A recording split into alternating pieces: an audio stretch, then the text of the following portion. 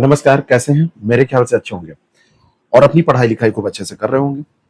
Paper नजदीक है, practice बहुत ज्यादा जरूरी है। ये हमारे टेस्ट सीरीज का एक पार्ट है। मॉक टेस्ट हम आपको कराने जा रहे हैं। इसी पैटर्न पे हमारी टेस्ट सीरीज भी होती है। आप चाहें तो उसको ज्वाइन करके भी आप अपनी तैयारी खूब अच्छे से कर सकते हैं।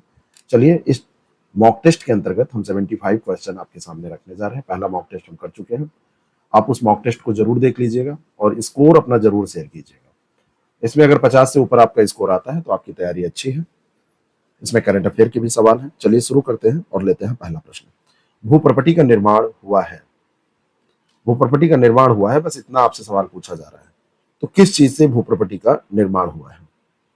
तो भू प्रॉपर्टी का जो निर्माण है वो सिलिका और मैग्नीशियम से हुआ है। ए ऑप्शन इसका बिल्कुल करेक्ट हो जाएगा। अगला सवाल है, उस सवाल का आप लोग जवाब दीजिए। शिशु अधिकार विषयक अभिसमय के बारे में निम्नलिखित कथनों पर विचार कीजिए। शिशु अधिकार विषयक अभिसमय के बारे में आपको बात करनी है। तो यहां पर दो स्टेटमेंट दिए हुए हैं। पहला है, यह एक अंतरराष्ट्रीय संधि है जो 14 वर्ष की आयु तक के बच्चों के मानव अधिकारों को मान्यता देती है। दूसरा है कि एक सामान्य संदर्भ निर्मित करता है जिसके विपरीत शिशुओं के लिए मानव अधिकार मानकों को पूरा करने में हुई प्रगति का आकलन किया जा सकता है और परिणामों की तुलना की जा सकती है। ये दो स्टेटमेंट आपके सामने हैं। यहाँ पर जो पहला स्टेटमेंट है उसमें ध्यान दीजिएगा। यहाँ पे जो दिया हुआ है 14 वर्ष, ये 14 वर्ष नहीं है, ये है 18 वर्ष। तो पहला तो गलत हो गया और दूसरे स्टेटमेंट में दी गई बात सही है। बी ऑप्शन इसका बिल्कुल करेक्ट हो जाएगा। आगे बढ़ते हैं, अगले सवाल पर चलते हैं। नेक्स्ट क्वेश्चन, बस एक मिनट रुकिएगा। नेक्स्ट क्वेश्चन, अगला जो सवाल है उसका जवाब दीजिए। भारत सरकार ने एसके थोराट की अध्यक्षता में एक समिति की गठन की बात की थी, मतलब एक समिति का गठन किया था। तो वो समिति क्यों गठित की गई थी? तो इसमें जो मुद्दा था वो क्या था? उसमें था कक्षा 1 से लेके कक्षा 9 से लेके, सॉरी यहाँ पे कक्षा 100 से लिखा है, कक्षा 9 से लेके, इसको ऐसे ध्यान रखना, 9 से लेके 12 तक के समाज विज्ञान और राजनीति विज्ञान पाठ्य पुस्तकों के राजनीतिक कार्टूनों और अन्यायों की समीक्षा करना। सी ऑप्शन इसका बिल्कुल करेक्ट हो जाएगा। चलिए आगे बढ़ते हैं, अगले सवाल पर चलते हैं। और अगला जो सवाल है उसको आप करिए। कंप्यूटर में वाईफाई का निहितार्थ क्या है? कंप्यूटर में जो वाईफाई होता है उसका मतलब क्या होता है? उसका फुल फॉर्म आपसे पूछा जा रहा है। अगर फुल फॉर्म आपको पता है तो आप आसानी से उसका जवाब दे देंगे। अगर फुल फॉर्म नहीं पता है तो आपको लगेगा कि हाँ, ये कुछ नई चीज आपके सामने आ गई। इसीलिए जब आपने आसपास चीजों को देखिए तो थोड़ा सा आपको अवेयर होना चाहिए उनके प्रति, है ना। तो इसका मतलब होता है वायरलेस फिडेलिटी, और वायरलेस फिडेलिटी को अगर आप हिंदी में करेंगे तो तार रहित स्थानीय क्षेत्र जाल।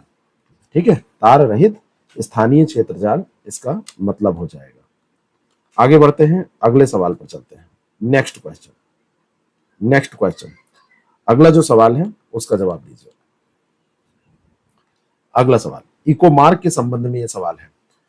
इको मार्ग एक प्रमाणन चिन्ह है जो पारितंत्र पर न्यूनतम प्रभाव डालने के लक्ष्य के बने मानक समुच्चय से अनुरूपता रखने वाले पदार्थों के लिए भारतीय मानक ब्यूरो द्वारा जारी किया जाता है।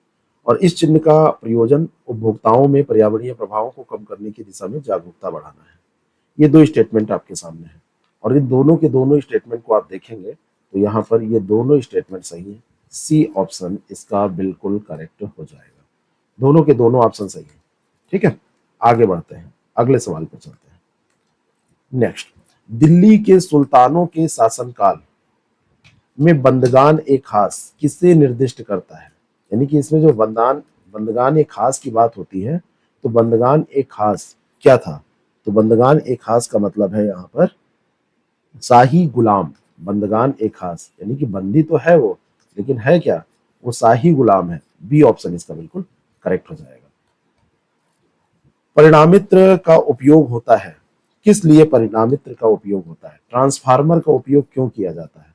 अगर हिंदी में आपको समझ में नहीं आ रहा है तो आप अंग्रेजी देखिए। परिणामित्र का उपयोग क्यों किया जाता है?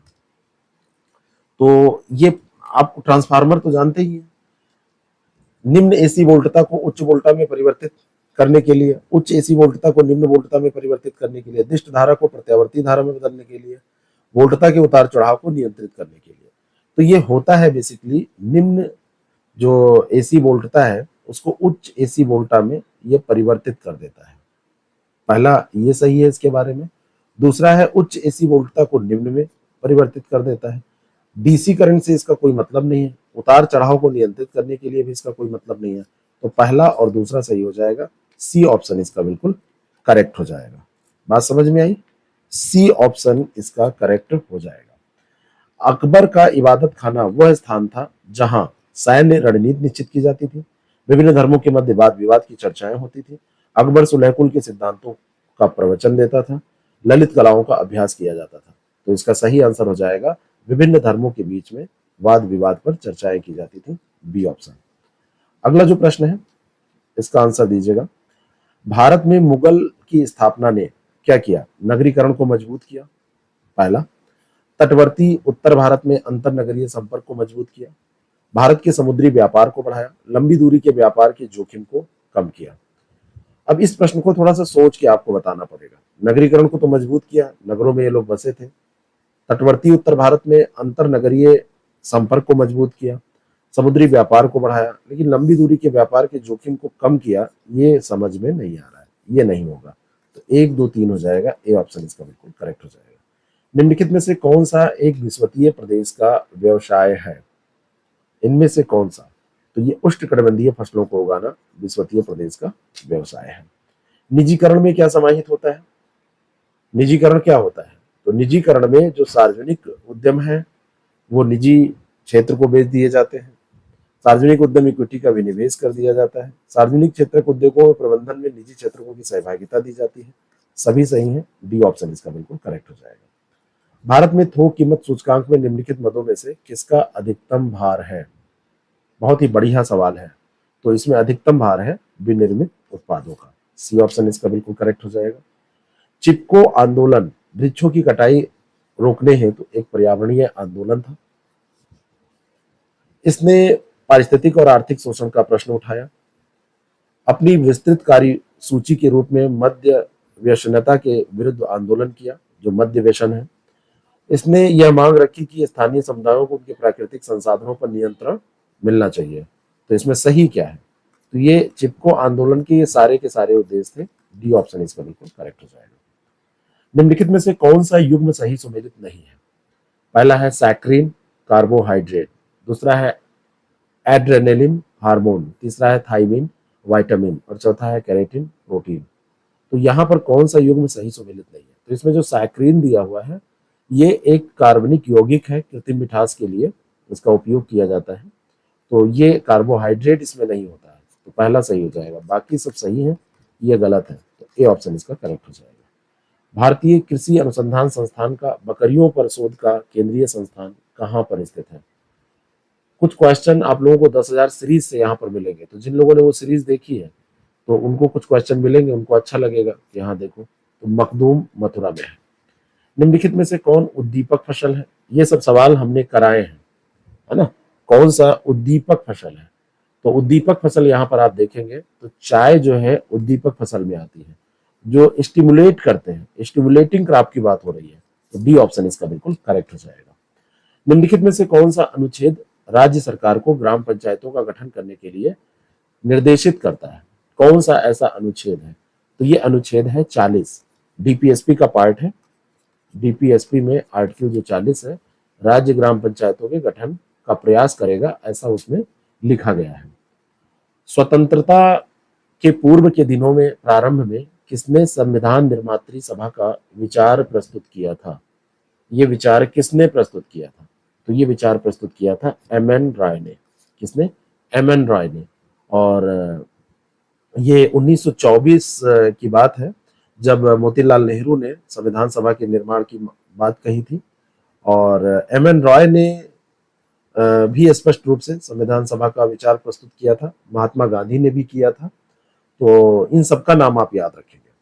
तो ये इन्होंने 1922 में ही महात्मा गांधी ने विचार प्रस्तुत किया था। और इन्होंने एम.एन. रॉय ने कब किया था, अगर आपको पता होगा तो कमेंट करके जरूर बताना। एम.एन. रॉय का विचार कब आया था? किस सन की बात है उसको बताइएगा, किस सन की बात है, तो ये आप हमको बताइएगा।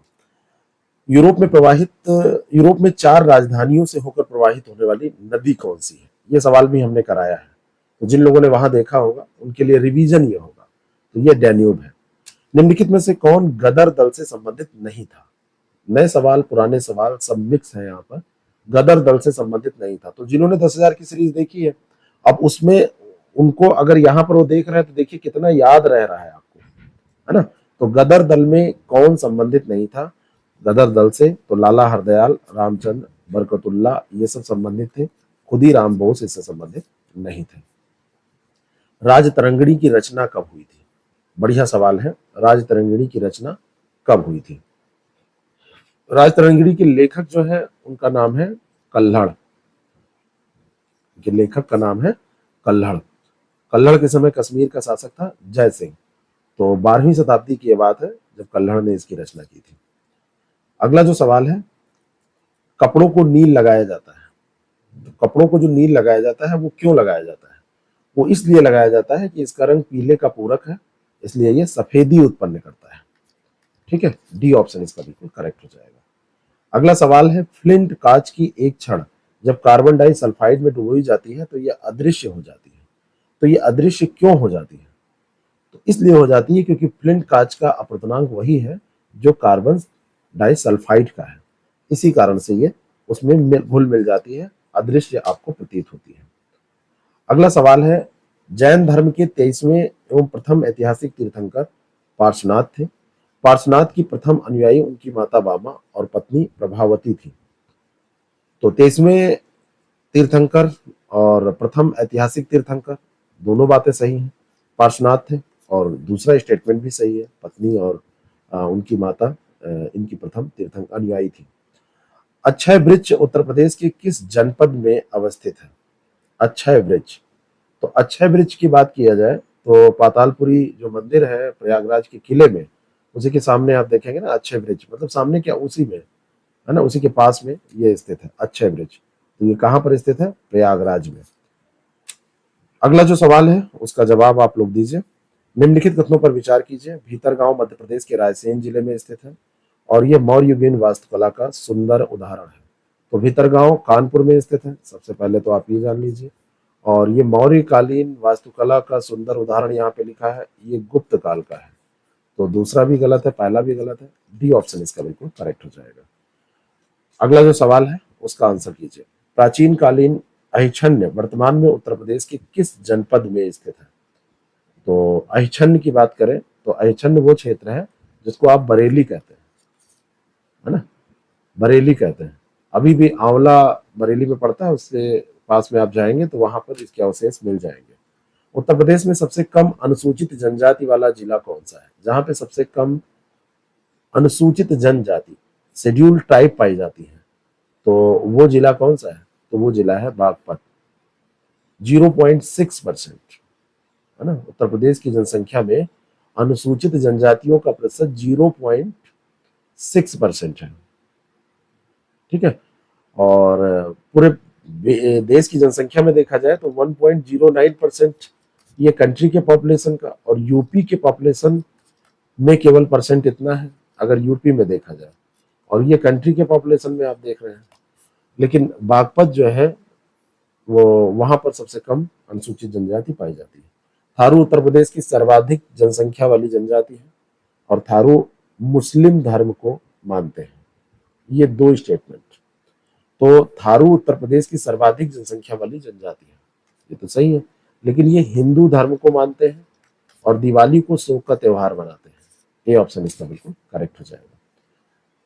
यहाँ पर आपको सुमेलित करना है पारंपरिक कला, शिल्प और संबद्ध स्थान, मिट्टी के बर्तन। तो यहाँ पर वन इधर लिखा लेकिन ये सारा इधर पहुंच गया है, इधर से आप देख लीजिए। तो मिट्टी के बर्तन से आप किसको सुमेलित करेंगे? तो इससे सुमेलित करिए खुर्जा को। तो ए का हो जाएगा 2, बी का 1 हो जाएगा, और सी का 3 हो जाएगा, और डी का 4 हो जाएगा। ठीक है ना, सी का 3 और डी का 4। तो 2 1 3 4, 2 1 3 4, सी ऑप्शन इसका बिल्कुल करेक्ट हो जाएगा। सीमेंट, कागज, इलेक्ट्रॉनिक, फर्नीचर, इसको भी सुमेलित ही करना है आपको। तो सीमेंट चुर्क से सुमेलित हो जाएगा, कागज जो है वो आपका सहारनपुर से सुमेलित हो जाएगा, इलेक्ट्रॉनिक ये कानपुर से सुमेलित हो जाएगा, फर्नीचर आपका बरेली से सुमेलित हो जाएगा। तो 3 1 4 2 ऐसे लिख के इस सवाल को आपको करना चाहिए, जिससे कि ये गलत होने के चांसेस खत्म हो जाए। राज्य अर्थव्यवस्था के निम्न विकास दर के लिए कौन सा एक कारण नहीं है? राज्य अर्थव्यवस्था का अगर निम्न विकास दर है तो उसमें कौन सा एक कारण नहीं है उसका? तो यहां पर दिया हुआ है आधारिक संरचना की कमी, पूंजी निवेश की कमी, प्राकृतिक संसाधनों का अभाव। ये तो है, लेकिन बचत की कमी उसका प्रभाव होगा, न कि उसका कारण होगा। तो बी ऑप्शन इसका करेक्ट हो जाएगा। भारत के राष्ट्रीय ध्वज के संबंध में सत्य कथन बताइए। पहला स्टेटमेंट है कि इसमें तीलियों की संख्या 34 है, और दूसरा है कि पहिए का प्रारूप सारनाथ के अशोक के सिंह स्तंभ पर बने चक्र से लिया गया है। तो यहाँ पर ये 24 हो जाएंगे, पहला गलत हो जाएगा और दूसरा यहाँ पर सही हो जाएगा। दक्कन एजुकेशन सोसाइटी की स्थापना में निम्नलिखित में से किसका सबसे महत्वपूर्ण स्थान था? तो ये थे कौन? मैंने आपको बताया, इसमें कई बार मैं डिस्कस कर चुका हूँ भाई। इसमें सबसे महत्वपूर्ण अगर पूछ लिया जाएगा तो कौन थे दक्कन एजुकेशन सोसाइटी में? तो ये justice Mahadev Govind Ranade. B option इसका बिल्कुल करेक्ट हो जाएगा। दक्षिण शिक्षा समिति इसको बोलते हैं। मुख्य रूप से इन्होंने ही प्रार्थना समाज की ओर से इसको स्थापित किया था। अगला जो सवाल है उसका जवाब आप दीजिए। निम्नलिखित कथनों पर विचार कीजिए। ब्रह्म समाज में केशव चंद्र सेन ने 1856 में प्रवेश किया, जिससे इसका प्रसार बंगाल के बाहर हो सका। क्लास में हमने इसको डिस्कस किया है। केशव चंद्र सेन ने ही आर्य समाज के संस्थापक स्वामी दयानंद सरस्वती को सलाह दी कि वो सत्यार्थ प्रकाश की रचना संस्कृत में करें। तो सत्यार्थ प्रकाश, देखिए क्लास में अगर हम बता रहे हैं और कुछ छूटा है तो देखिए क्वेश्चन में वो कवर हो रहा है। तो 1856 में प्रवेश किया था, ये बिल्कुल सही है, प्रसार भी इनके कारण हुआ। लेकिन सत्यार्थ प्रकाश की रचना इन्होंने कहा था कि हिंदी में करना चाहिए, है ना। उन्होंने कहा कि इसको हिंदी में करना चाहिए कि जिससे कि ज्यादा से ज्यादा लोगों तक इसकी रीच हो सके। तो ए ऑप्शन इसका बिल्कुल करेक्ट हो जाएगा। अगला जो प्रश्न है, मध्यकाल में सबसे अधिक लोकप्रिय कौन था? वेद, उपनिषद, पुराण, वेद, सूफी व भक्ति विचारधारा, या इनमें से कोई नहीं?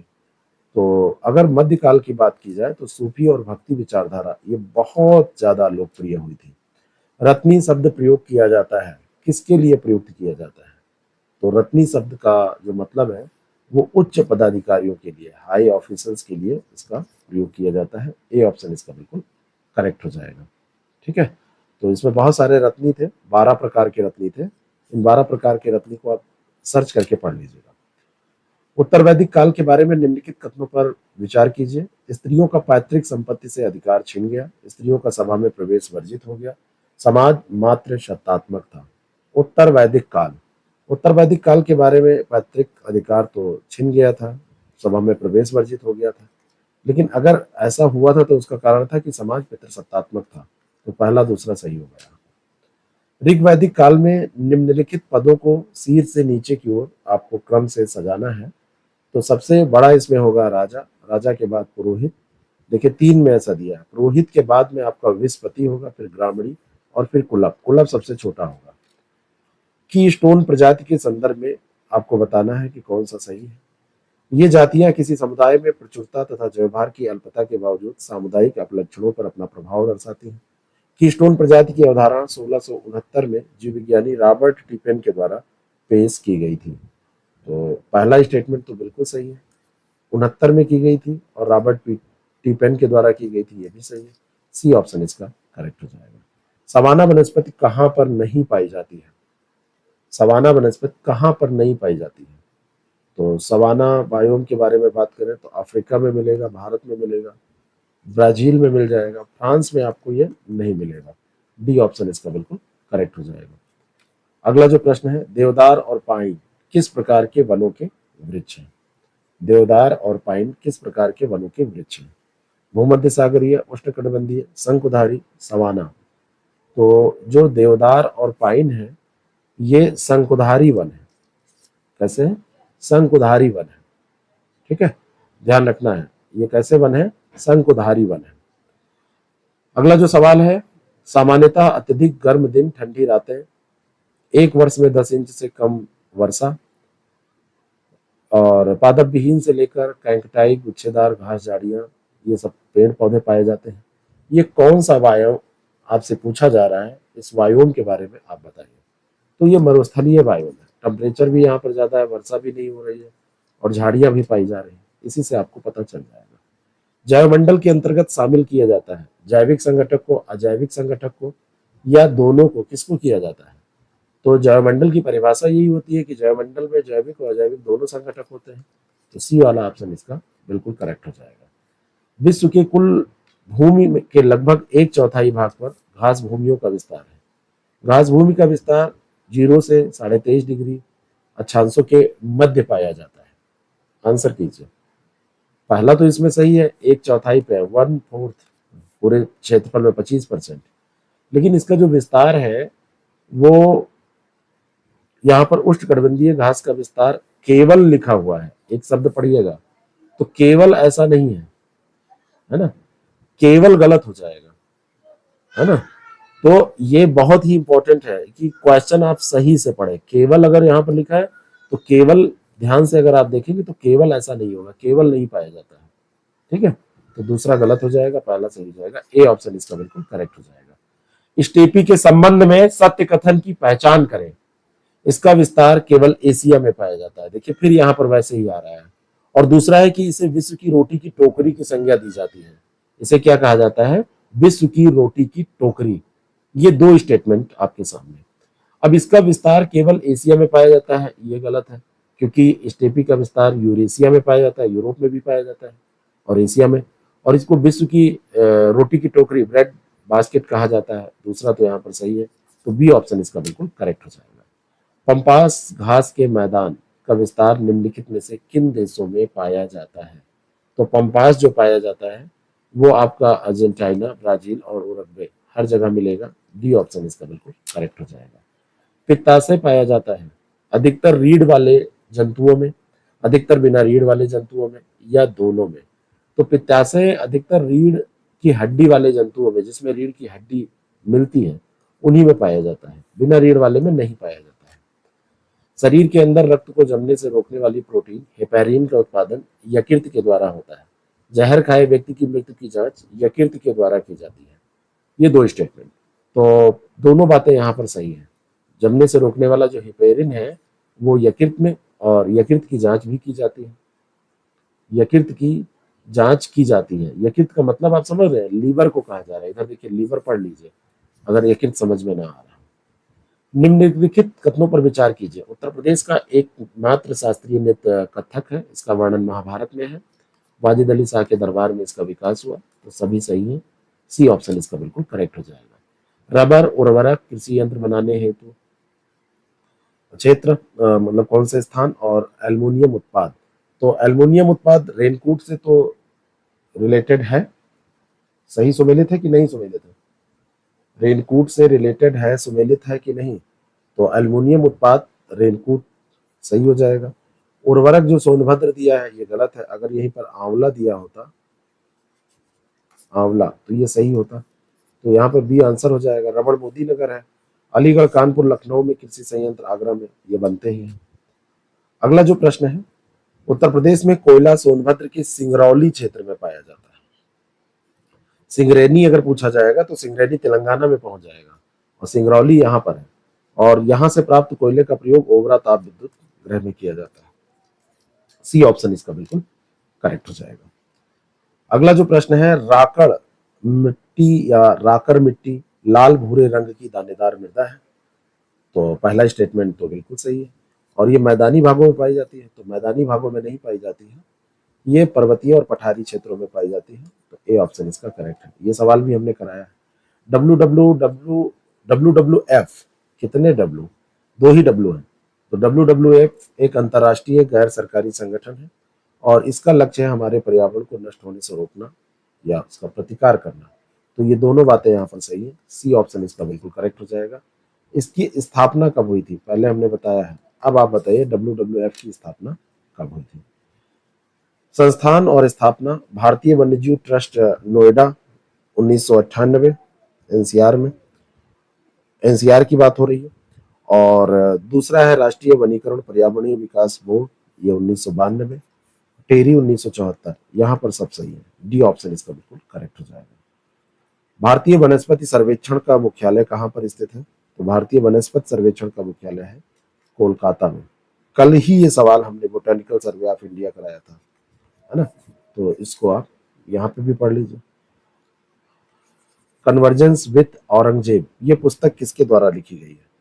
काफी इंपॉर्टेंट पुस्तक है, बहुत ही महत्वपूर्ण है। इसको लिखा है चारू निवेदिता ने, डी ऑप्शन इसका करेक्ट है। पराक्रम दिवस किस तिथि को मनाया जाता है? तो पराक्रम दिवस मनाने की जो तिथि है वो 23 जनवरी है, बी ऑप्शन इसका बिल्कुल करेक्ट हो जाएगा। नेताजी सुभाष चंद्र बोस, सुभाष चंद्र बोस की जयंती के रूप में इसको मनाया जाता है। टोल प्लाजा पर निर्बाध आवाजाही की सुविधा प्रदान करने के लिए किसके द्वारा एक वाहन एक फास्टैग ये पहल शुरू की गई है? तो ये पहल भारतीय राष्ट्रीय राजमार्ग प्राधिकरण के द्वारा ही तो शुरू की जाएगी, ए ऑप्शन इसका करेक्ट हो जाएगा। अपने सभी ग्लेशियर खोने वाला पहला देश कौन सा है जिसके पास अब कोई ग्लेशियर ही नहीं बचे? तो ये है वेनेजुएला। भारत के 85वें शतरंज ग्रैंड मास्टर कौन बने? आंसर कीजिए। भारत के 85वें शतरंज ग्रैंड मास्टर कौन बने? तो ये बने हैं पी श्याम निखिल, पी श्याम निखिल 85वें हैं। मैग्नस कार्लसन ने 2024 सुपर वेट रैपिड में किस देश का प्रतिनिधित्व किया? तो मैग्नस कार्लसन किस देश के हैं, कहाँ का प्रतिनिधित्व करते हैं? तो ये नॉर्वे का प्रतिनिधित्व करते हैं। विश्व के नंबर 1 शतरंज खिलाड़ी इस समय कौन है? विश्व का नंबर 1 बताइएगा, सर्च कीजिएगा और सर्च करके हमको बताइएगा। कोहिमा शांति स्मारक और इको पार्क का उद्घाटन करने के लिए किस देश ने नागालैंड के साथ सहयोग किया? तो नागालैंड के साथ सहयोग करने वाला इसमें जापान है, जापान है, ठीक है। कोहिमा शांति स्मारक, कोहिमा कहाँ का शहर है? तो इससे गेस कर लिया कि जब पढ़े हैं आप, नहीं पढ़े हैं उससे कोई मतलब नहीं। Global pride of Sindhi award 2024 से किसे सम्मानित किया गया? Global pride of Sindhi award 2024, तो इससे सम्मानित किया गया है पवन सिंधी को। भविष्य पोर्टल किससे संबंधित है? भविष्य पोर्टल का संबंध है सरकारी सेवानिवृत्त लोगों की पेंशन से। भाई पेंशन तो सेवानिवृत्त लोगों को ही मिलेगी, सरकारी लोगों को मिलेगी। अब सरकारी लोग को भी पेंशन अब नहीं मिलेगी, जैसी व्यवस्था सरकार की है। अगला जो सवाल है, किस वर्ष 1 मई को गुजरात और महाराष्ट्र दो अलग अलग राज्य बने? 1 मई को गुजरात और महाराष्ट्र दो अलग अलग राज्य बने, तो ये 1960 की बात है। 1 मई 1960 को इसको गुजराती भाषाई लोगों के मांग के आधार पर अलग किया गया था। औद्योगिक उत्पादन सूचकांक आईआईपी में शामिल वस्तुओं के भार में 8 प्रमुख उद्योगों का अंशदान क्या है? तो 8 प्रमुख जो उद्योग हैं उनका अंशदान है 40.27%। संयुक्त अभ्यास सहयोग काइजिन का संबंध निम्नलिखित में से किस देश से है? कौन से देशों से इसका संबंध है? तो काइजिन जब आएगा तो भारत और जापान, सी ऑप्शन इसका बिल्कुल करेक्ट हो जाएगा। हेनले पासपोर्ट इंडेक्स 2024 में भारतीय पासपोर्ट किस स्थान पर रहा? तो अब ये क्वेश्चन जब आप करेंगे तो इसको अपडेट कर लीजिएगा हमेशा, क्योंकि ये बड़ी जल्दी जल्दी जारी हो रहा है ना। एक बार तो आया, उसके बाद में तुरंत महीने 2 महीने में फिर से जारी हो गया, तो अब बार बार जब जल्दी जल्दी जारी होगा तो चेंज हो जाता है। तो अभी डी ऑप्शन इसका सही है। और सबसे शक्तिशाली जापान और सिंगापुर का पासपोर्ट है, 5 सालों से ये शक्तिशाली बना हुआ है। और सबसे खराब पासपोर्ट है, सबसे कम शक्तिशाली अफगानिस्तान का। भारत और किस देश ने अपने 147 साल के इतिहास में सबसे छोटा टेस्ट खेला है? 107 ओवर 642 गेंदों में, यानी ये समाप्त हो गया। तो यह है दक्षिण अफ्रीका, ए ऑप्शन करेक्ट है। किस राज्य ने 1 जनवरी 2024 को सामूहिक सूर्य नमस्कार का विश्व रिकॉर्ड बनाया? तो ये गुजरात है। सामूहिक सूर्य नमस्कार सबसे बड़ा यहाँ पर हुआ, 50,000 लोगों ने इसमें पार्टिसिपेट किया। 108 प्लेसेस पे किया गया था, 108 जगह थी जहां पर ये किया गया था। किस राज्य की मदिका भाषा विलुप्त होने के कगार पर है? केवल 2 लोग इसको बोलते हैं और यह है केरल की भाषा। अभी केवल 2 लोग बचे हैं जो इसको बोलते हैं। अब ये मतलब समाप्त हो ही जाएगी, अगर ये 2 लोग भी नहीं रह जाएंगे तो क्या बचेगा उसमें, ठीक है। पीएम जनमन योजना कब शुरू की गई थी? जनमन योजना का संबंध किससे है? जनमन योजना आदिवासियों से संबंधित है ना, कमजोर जनजातीय समूहों के आर्थिक सामाजिक कल्याण के लिए शुरू की गई थी नवंबर 2023 में। ये योजना बहुत इंपॉर्टेंट है, मेंस के लिए भी बहुत इंपॉर्टेंट है। किस बैंक ने ग्रीन रूपी टर्म डिपॉजिट लॉन्च किया है? कौन सा बैंक है? तो ये लॉन्च करने वाला बैंक है एसबीआई, भारतीय स्टेट बैंक। बी ऑप्शन इसका बिल्कुल करेक्ट है। विज्ञान में महिलाओं और लड़कियों के अंतर्राष्ट्रीय विकास 2024 का विषय क्या है? तो महिलाओं और लड़कियों का जो अंतर्राष्ट्रीय दिवस मनाया जाता है विज्ञान में, उसका 2024 का विषय है विज्ञान नेतृत्व में महिलाएं और लड़कियां, स्थिरता का एक नया युग। ठीक है, तो ये 75 सवाल हमने किए। इसमें जिन लोगों ने हमारी सीरीज देखी है उससे क्योंकि लगभग 20 क्वेश्चन रिपीट हुए हैं कम से कम, तो मैंने जानबूझ के किया है इसको, वहीं से लिया ही है क्वेश्चन सीरीज से जानबूझ के, कि वो लोग उसको देख रहे हैं तो क्या याद भी रह जा रहा है। तो अगर आपका स्कोर 50 से प्लस जा रहा है, 55 के आसपास जा रहा है, 50 से 55 प्लस जा रहा है, तो आप बहुत सेफ कंडीशन में है, कोई दिक्कत नहीं। अगर इससे नीचे जा रहा है तो थोड़ा सा विचार कीजिएगा। बाकी आप टेस्ट की प्रैक्टिस करिए, हमारी टेस्ट सीरीज भी ज्वाइन कर सकते हैं, आप प्रैक्टिस कर सकते हैं आरओ के लिए, पीसीएस के लिए, और फिर आंसर राइटिंग भी हम लोग करेंगे। तो आंसर राइटिंग के लिए बाकी बीओ का बैच हमारे पास है और आरओ मेंस का बैच है, ये सब भी ज्वाइन करके आप लाभ उठा सकते हैं। एसए का बैच है। Thank you so much.